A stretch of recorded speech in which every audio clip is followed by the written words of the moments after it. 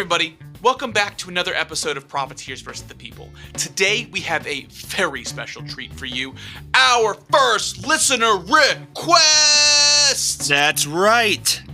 Our number one listener from Los Angeles, Kat, writes, "Hi, I'm a new subscriber and a big fan. Please make an episode about the terribleness of Elon Musk, a master of making dirty secrets go away. Everyone admires him, thinking he is the world's greatest inventor, when in reality, he just has a shit ton of money from his family wealth exploiting emerald mines in Africa since the colonial times, and he simply buys businesses that seem fun to him rather than to actually ever contribute to anything scientifically. Oh, and can we talk about the sexual assaults he's committed that the public knows about yet somehow chooses to overlook? The times he and his family have paid off various flight attendants to keep their mouths shut about the sexual assaults they've experienced with him? Please dig up all the dirt on this nothing but entitled and immature Peter Pan rich kid who keeps getting money from his parents to buy businesses to keep him occupied and out of trouble. I can't wait." All right. Ladies and gentlemen, welcome to the main event. In the corner to my left, hailing from South Africa and weighing in at 185 pounds, the man who names his kids after auto-generated computer passwords, Elon Musk. And to my right, two guys whose Elon's mother has entered the ring. Oh my goodness, did she fight? Oh no, what did she say? Elon can't fight. Oh goodness, looks like we're gonna have to call this one, folks. Hold on. What's Elon doing with that ruler? Ladies and gentlemen, he's trying to get himself aroused. Please, God, cut the commercial. We can't do this anymore. Think of the children.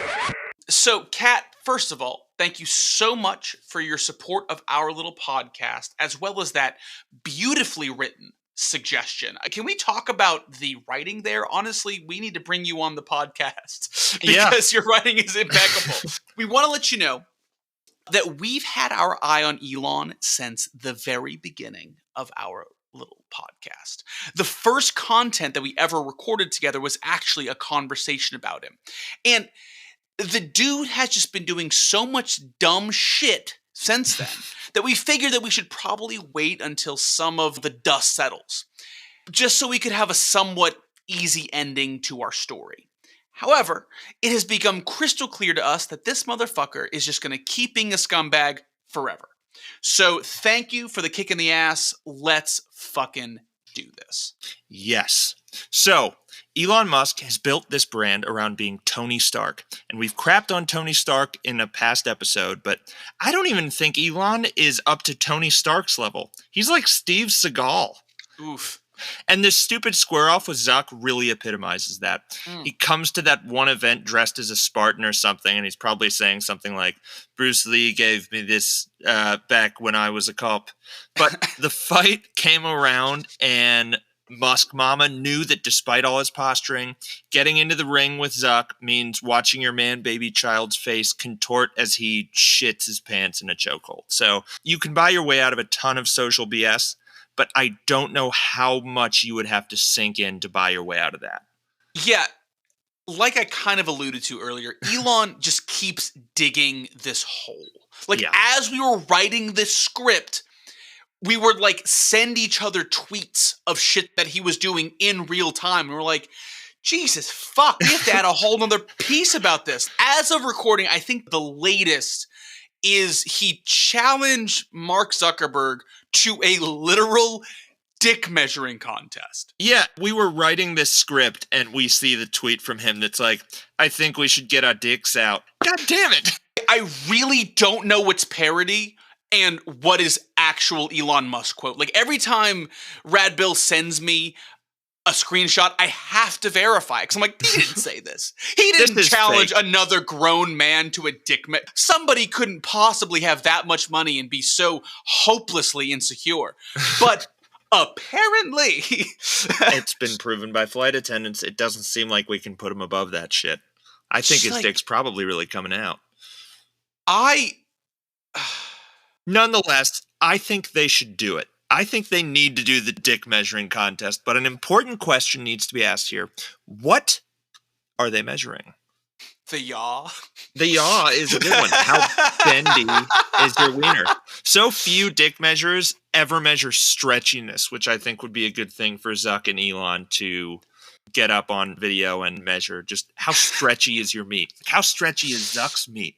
Who do you think has the best meat stretch between the two? Well, if political ideology has anything to do with dick stretchiness, I would consider Elon's the least flexible as of his recent Twitter escapades. Yes.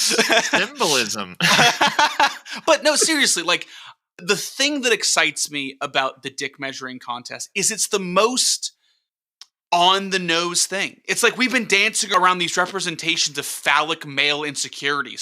I'm so glad that we finally just stop beating around the bush, no pun intended. Oh, that was good. And just look at the fucking dicks. I wonder if Elon's circumcised. If we're lucky, he'll get his dick out before the next episode, and we can include that in there. Yeah, I think that he probably is not. I would imagine he isn't. I hope he's not. I would be surprised if he I don't know was. why I hope. I have a hard time imagining him shirtless like he was in that one picture with an uncircumcised penis. So, outside all of Elon's self-promotion, there's a ton of dispute over what his story really is. And that is what this first part of this series on Elon Musk is going to really tackle. His self-promotion hasn't been consumed entirely by anyone, but most of us have bought into some of the pieces that shape our narrative of this guy. You know, some people believe that he came from nothing, had good intentions and a brilliant mind, and once he was at the top, but now he's kind of gone off the deep end a little bit. Mm-hmm. Other people believe that he is and has always been a, what did Kat say? A Peter Pan man-child? I don't know. It was I liked brilliant, what she though. said. Yeah, better than whatever I had. Who basically built an empire out of a pile of gold he was born with. Some people believe that he stole everything good he lays claims to and is a net negative. And still some people, and these are the ones that really blow my mind, Yeah. are on the complete other side of the spectrum, and they really fucking love this guy. Yeah, man. I can't get my head around that shit. If it's because you fancy yourself a fancy pants business boy, surely at this point in the game, you have to admit that you've lost a fortune to the man. Oh, if you've ever put your money where your mouth is, he has cost you that money. Yeah. Did you invest in Doge any time in the last 3 years based on his advice? Twitter? Jesus fuck. Are you paying for Twitter Blue? Oh, no, please no. Yeah. Did you buy Tesla when he said he was taking it private at 420? Maybe you didn't lose any money, and you're just inspired by his Tony Stark persona. According to him, he was raised by a single parent, brutally bullied in school, at one point landing in the hospital as a result. He couch surfed after dropping out of Stanford after a single day to start his first business, and he did so with basically nothing. Less than nothing, in fact. Apparently, when he started Zip2, he had $100,000 in student loan debt and built it on a homemade computer. From these humble beginnings, he worked 100-hour weeks and built several massively successful businesses. This is the dream. This is what so many people are fighting for. How can you look upon this with disdain? How can you get to such a skeptical place when hearing a story like Elon's? And there's just such a dichotomy between what Rad Bill just spoke on, which is how Elon describes the course of his life, specifically his upbringing in early years. That was me doing Tucker Carlson musing about Elon Musk's hero story. Exactly. And some pieces of that story, we're going to find out as this episode goes on, are exaggerations. And some are just flat out lies. Yep. So what we'll be doing in this episode is first separating the truth from fiction and also pondering this question. Why does Elon Musk tell his origin story the way that he does when some of it is clearly a departure from the truth? And while we're doing all this, we're going to put this douche on crutches. Yes. C stands for consumer harm. R stands for rich parents. U stands for union suppression and employee abuse.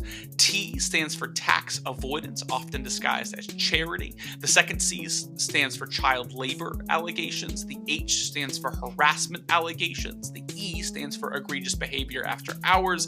And the S stands for slap suits and journalist suppression. I am Money Mike. And I'm Rad Bill. And here's another intro.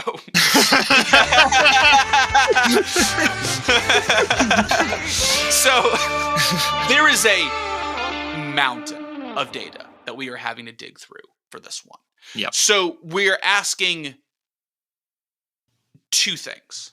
First, bear with us if we get dense. We're going to try to keep it fun and light, but we don't want to let anything slip through the cracks. Mm-hmm. This dude is just such a shitbag that he's really making us work overtime. And he's such a full-time public figure. Yes. There's just so much out there on him that we have to sift through. And then, make sure that we're doing our due diligence and not spreading bullshit. Yeah. And the second thing that we're going to ask of you is to show up for our continuations of the Elon Musk story. So we're going to start from the beginning, and we will do a couple more episodes to kind of spread some of the love, or not love. I don't know. So let's start from the beginning. Sure. Elon Musk was born to Errol and May Musk in 1971 in Pretoria, South Africa. May was a pretty successful model and a dietitian. She was a total MILF. No, but actually, she's an actual CoverGirl model. She was a total babe. But yeah, she was a babe. She's a cutie. she's a MILF at 70, or a GILF, I guess. I get it now.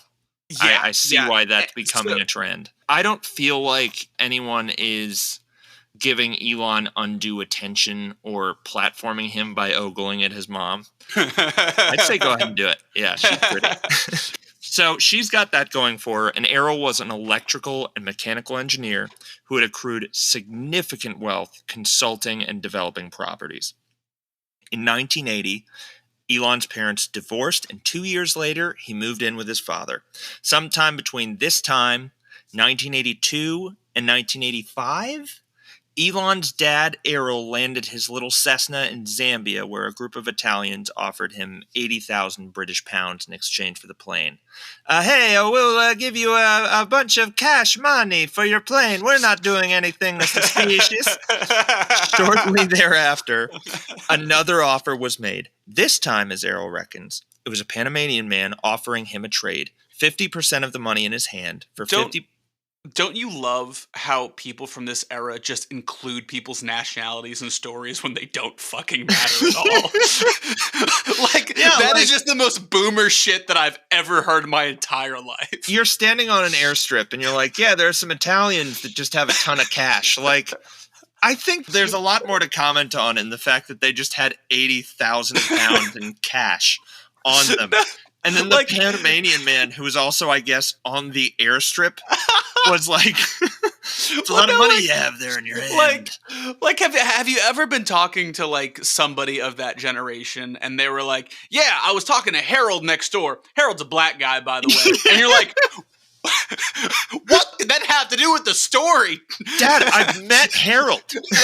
I know what he looks like. He knew me as a kid. He's my godfather. Sorry. No, you're good. So,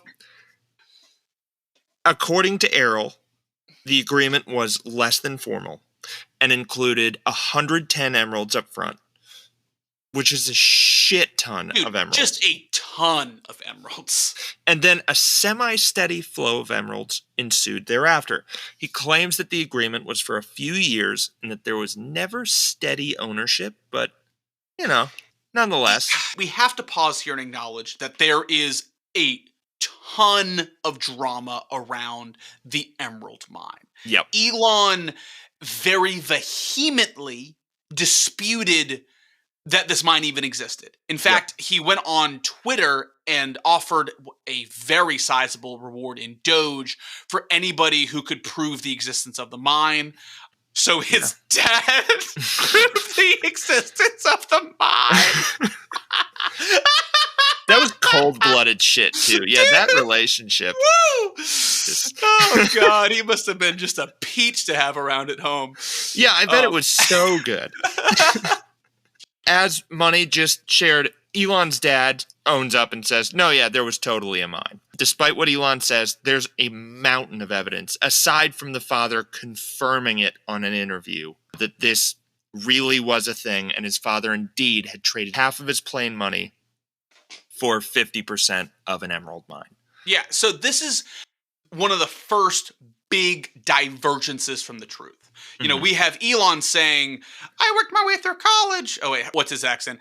I can't do it. I worked my way through college, and my dad was not really part of the story back then. And I had $100,000 in debt, and I couldn't even afford a second PC at Zip2. Things were really hard. I only had $1 for every day to eat food, and that was it. It was just the $1, and now I'm fancy and very wealthy. God, I love your accent.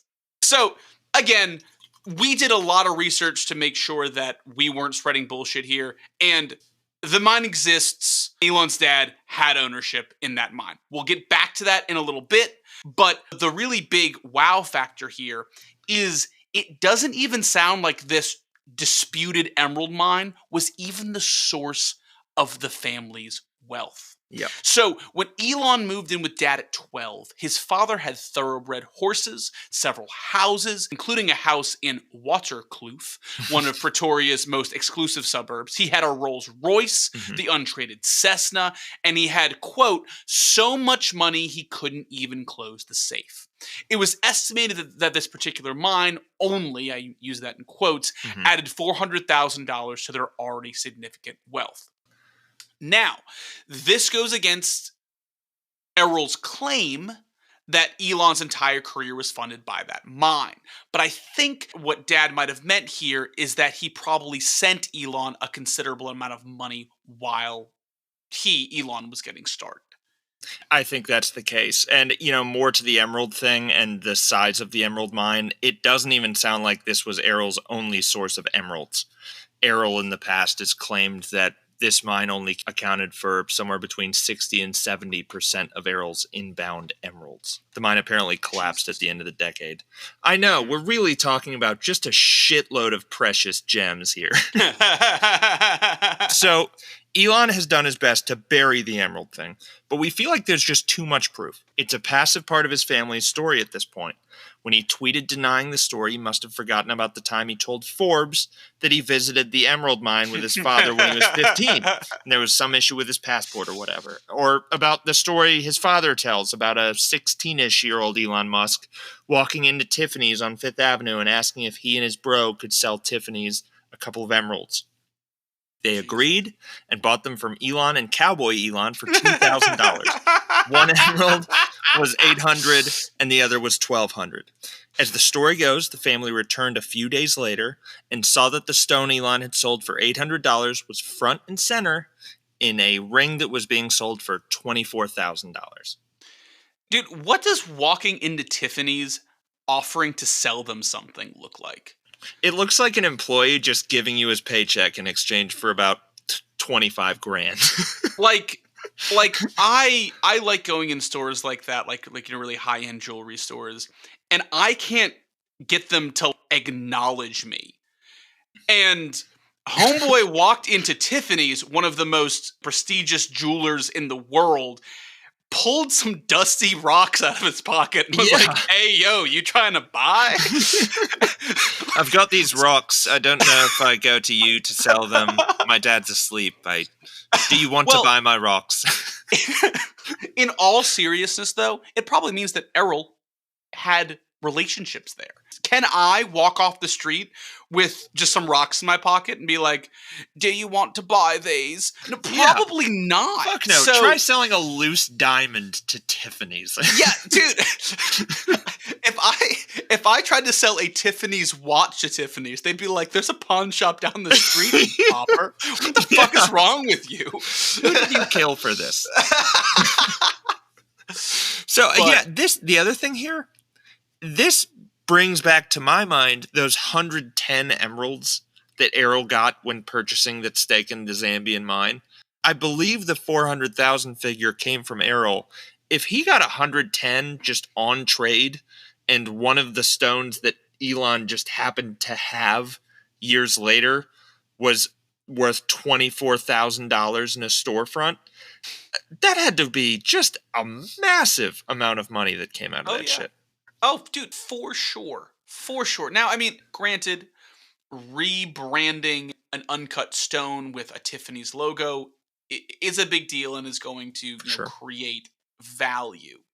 But what we were looking for in these stories is proof, essentially, that Elon lied. Yep. And it might sound like we're harping on it, but again, we really want to be thorough and not spread bullshit. Yep. So there's one more little tale that I want to tell. One of Elon's girlfriends talked about her time with him over Christmas one year, how she didn't get him anything, and he wrote her a cute little note, and she felt terrible. And soon after, he opened his mother's jewelry case and took out an emerald necklace, essentially saying, read that. Mom has a ton of them. And just gave her this emerald necklace as an early birthday gift. Yeah. And the reason that this ex-girlfriend was telling that story is that last year she sold that necklace at auction for $50,000. Yep. Proof of that's in our sources if you want to check it out. Yeah. So, again, this is the first big deviation between the tale that Elon has defended with money. Yeah. And what is verifiably true. And we probably shouldn't dive too deep into this right now, but we've got to ask why. Yeah.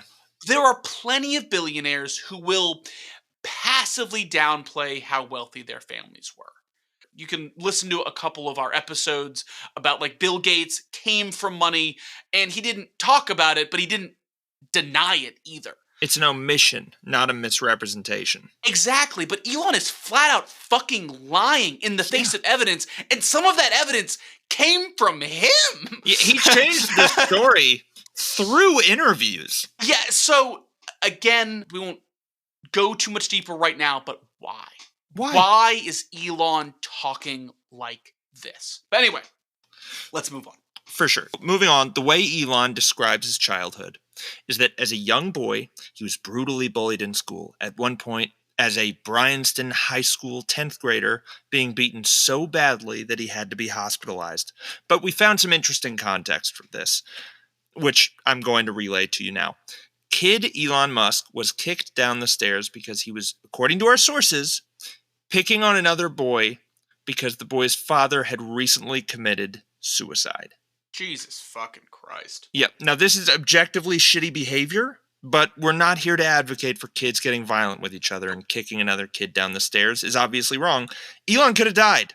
And really, we aren't even blaming Elon for this. Kids are stupid dummies, and high school is a weird time. We are, however, blaming his father. In this moment, Elon is truly Frankenstein's monster. Our source for this story is an interview given by Elon's father in 2015, where he was more or less just bragging about the way he raised his son to be unfiltered. Errol's story changes, by the way, depending on who he's talking to. In another article about how sad the school was about Elon being bullied, his dad describes just being outraged and seeking to press charges, but nothing working, justice never being served. I feel like Fox News is constantly playing in Errol Musk's household. He's a massive Trump supporter, coincidentally. What's interesting here as it relates to Elon is how he crafts this narrative to resemble just a superhero origin story. He's like the Peter Parker who was beat up by some jock in the schoolyard and now he's transformed into someone new and powerful. Like, I'm sounding like a broken record at this point, but why? Why? Elon, why are you telling the story in a way that casts you as a victim when you clearly were not a victim? Again, like Rad Bill said, no one's saying one party was in the right or one party was in the wrong, but the way that Elon says it, he was wronged. He was wronged big time. Yeah. Yeah. Kids say stupid and horrifying things. It's part of being a kid. Yes, for sure. Daddy eventually made it all better. He moved Elon to the prestigious Pretoria Boys High School. Yeah, I feel like monsters are made there. Dude, monsters are made in just all boys high schools. I feel like that's just all they're pumping out is just domestic abusers. Jesus Christ. It's fucking horrifying shit. So his teen years are spent between an all-boys high school and under the supervision of his mega douchebag dad. And next, Elon claims that he rejected his father's ill-begotten wealth and moved to Canada with a paltry $2,000 to put himself through school. He got Canadian citizenship and supposedly just spent $1 a day on food at this point. Yeah, and quick note on that, the $1 on food a day thing is championed by Muskies all the time. But he chose to do that, to live off of $30 for food for a month, just to see if he could do it. And he only did it for a month. It's like he was saying, this is going to sound great in my memoirs. We found a ton of articles that phrase this $1 a day thing like a gritty necessity. Elon is the founder who spent just $1 on food each day. Such a freaking badass. Yeah, the most egregious example that we found mentioned that he lived off $1 per day and then in parentheses converted it to South African Rand, implying that he lived off $1 each day in some sort of South African ghetto, I guess. Yeah, I couldn't believe that shit. He was in Canada at this point. Billionaires love doing stupid survivalist shit like this, but he again is spinning it for the memoirs, I guess. Straight up. He attends Queen's University for 2 years in 1989, and this kicks off the period where he begins racking up $100,000 in student loan debt. As we mentioned earlier, his mother, Mae Musk, lived in Canada at this time, and because of this, he was able to gain Canadian citizenship, which reduces the cost of his time at Queen's University massively. In fact, 9 years after he supposedly went to Queen's University in 1989, the cost of domestic tuition for the more expensive programs at Queen's University was around $4,400. So even if tuition stayed flat, he would be like $9,000 in the hole for those 2 years, closer to $9,500 if you count the $1 per day for food. More so, after this, he got a scholarship to UPenn that covered all of the tuition, meaning he only had to cover living expenses and books. Where the hell did $100,000 in debt come from, Elon? How expensive are the books at UPenn? He also tells this story where he and a friend rent out a 10-bedroom house that they turn into a nightclub, and they apparently did this to pay rent. Elon claimed that they would charge $5 at the door and would have up to 500 people over in a single night. And in my mind, what it sounds like, and I could be wrong, is that they did this enough to where they could say, yeah, we did this a ton, and people might just believe them. But this seemingly harsh assumption is really giving Elon the benefit of the doubt. Otherwise, he's spending $1 a day on food.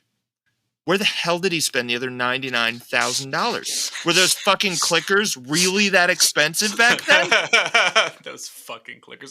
I'm sure I still have my clicker somewhere. I've got 8 of them because I would either lose them or they'd update them and you'd need a new one the next semester or whatever shit. We need to do a fucking episode on the cost of college. We're going to do an episode on the cost of those fucking clickers. I'll tell you what. Just so I can get fucking pissed off. Yeah. But the funny thing about this whole nightclub tale is a friend that he did the whole thing with was like, yeah, oh wait, this person's Canadian. Yeah, Elon wasn't, god damn it. Elon really wasn't a big drinker or like a big partier.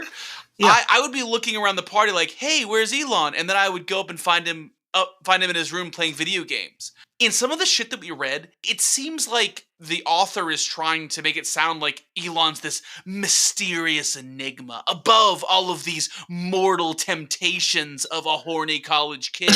But in reality, it really doesn't sound like Elon helped with the nightclub thing at all. Or the other people at the party really didn't want him to be there. Maybe because he made fun of their dads killing themselves. I don't know. Yeah. That's kind of a bummer at a party. I feel like that shit follows you past high school. I feel like that could almost follow you across the Atlantic Ocean. Yeah. But, okay, Elon, you gotta be at the door of some shit, man. It may look like everyone's having good fun, but I feel like running a nightclub is an assload of work. And you're just leaving your buddy to do it solo. I also feel like all of these guys were doing is running a frat house. Yeah. Like we were reading through that the third time, and I was like, so he was in a fraternity, but like not a fraternity. It sounds like it was just him and his buddy, and it was like a 10-bedroom house. It was huge. That's sus. Suspicious. So after that, he goes to Stanford for like a couple days. Yeah. Allegedly, maybe? We think that's our theory. There's no way to confirm this. And there's a shit ton of speculation that he just never got in at all. I feel like, by the way, Money, that this is the case with like most of the fucking guys that say this. I could see it. If someone says, yeah, after a year at the school, I dropped out or I went on deferment or whatever the hell it's called, I'm more inclined to believe them. But let's look at the people that we've covered who've said this. It's Jordan Belfort and Elon Musk. And I don't believe either of those fuckers on this front. Yeah, I believe Jordan Belfort and Elon Musk, in the words of one of my Spanish teachers, about as far as I can throw them. They lie like a snake in the grass. Like you said, it's hard to disprove that he got accepted to Stanford and went for a couple days. Mm-hmm. But if it's true that he did not get accepted, which again, we can neither confirm or deny, it would just fit so nicely into this trend of him making stuff up to fit in this cheesy archetype of the self-made billionaire Marvel character, I guess. Right. Yeah, also his physics degree from UPenn is called into question a significant amount in the next episode, so get ready for that. Yeah, we honestly just need a little bit more research there. It's hazy. It's super cloudy. Nonetheless, the point of us getting this granular is that Elon is making two contradicting claims, and at least one of them kind of has to be a lie. Yep. Either he was a savvy genius, and he got Canadian citizenship through his mother and paid very little at Queen's before getting a full scholarship at UPenn, where he paid his rent by partying and only spent $1 a day on food, or he was the visionary who had to make sacrifices to get what he wanted due to adversity. Where and how did he spend $100,000? What part of the story is made up? Because it can't jive. Maybe the UPenn scholarship was lost, or maybe he applied for Queen's as an international student by mistake, which is a terrible waste of money. Maybe they only did the nightclub thing one fucking time, and he was stuck paying the rent on a big, stupid 10-bedroom house. Yeah, this is the part of that hero narrative, that Elon's whole story is just too good to be true.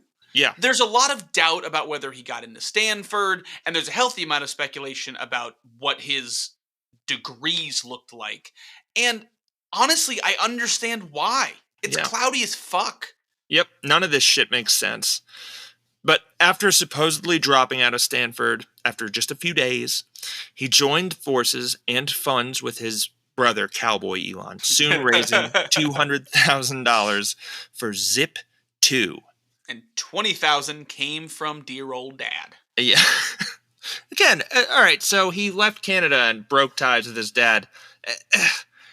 Anyway, Elon got to work sleeping on a couch and using an old shitty PC to start building his incredible first invention. He bought a disk containing a local business directory and then convinced a group to give him free mapping software and then combined the two, making a sort of digital Yellow Pages. If you had a pulse in a computer at this time, you were a billionaire today. Dude, like, what the fuck? He's like, look at this. It's a spreadsheet, I call it, with business names and phone numbers. Yeah, like it's just taking two very basic ideas and being like, well, I have some fruit and I have some cake. Well, what if we made fruitcake? God, and that's such an apt metaphor because fruitcake is not very good. By the way, this shit sounds rudimentary. And you might be thinking, okay, Rad and Money, you just don't know that much about computers.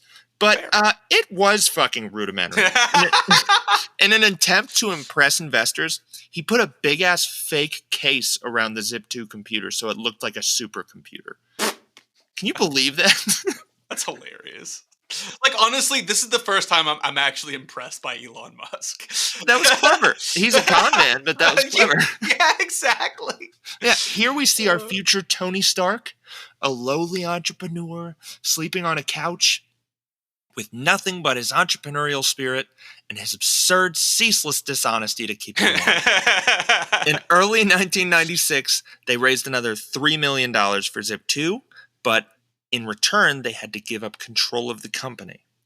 Richard Sorkin came on as the new CEO and began selling Zip2's service to newspapers, which was a good idea.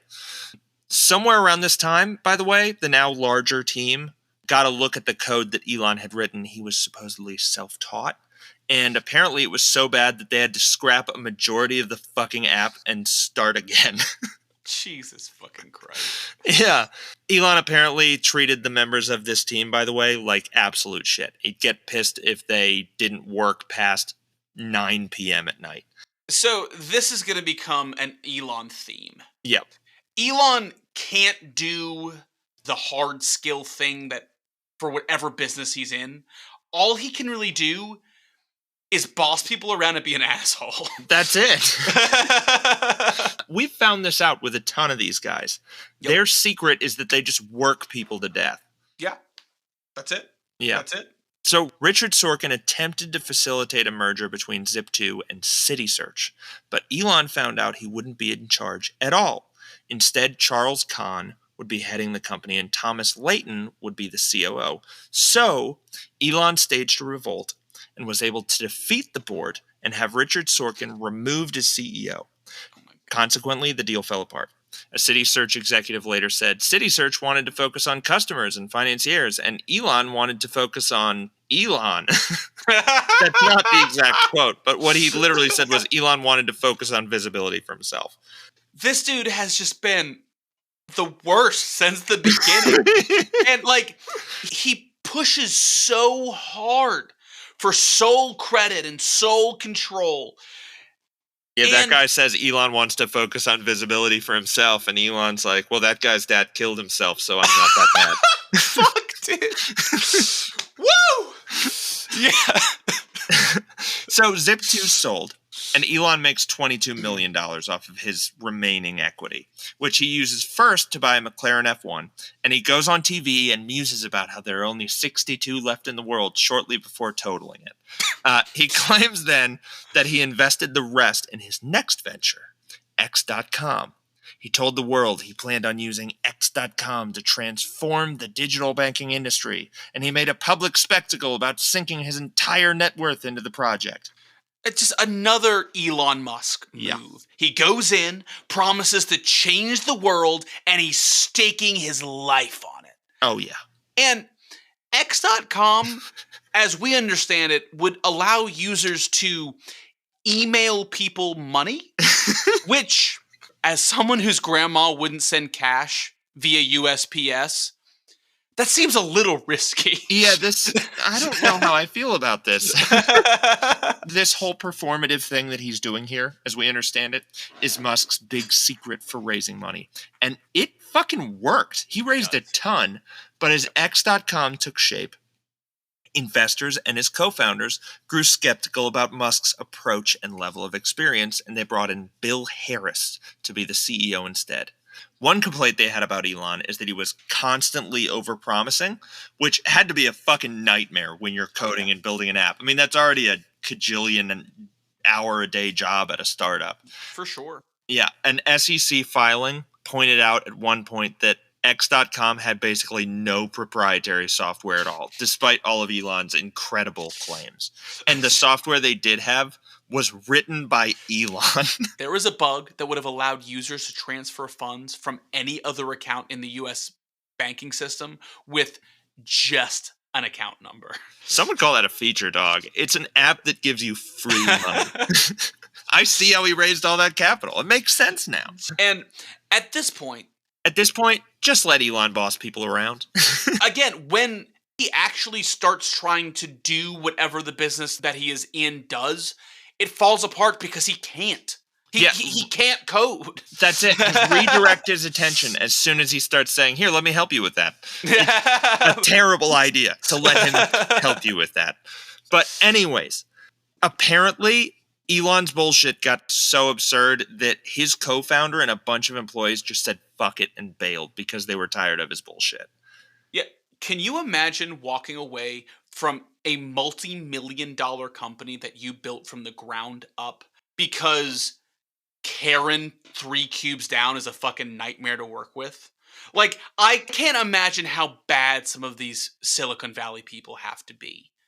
I can't either. Like, you hear the story about the third Apple founder or whatever leaving a future $1 trillion empire because he was sick of the two guys.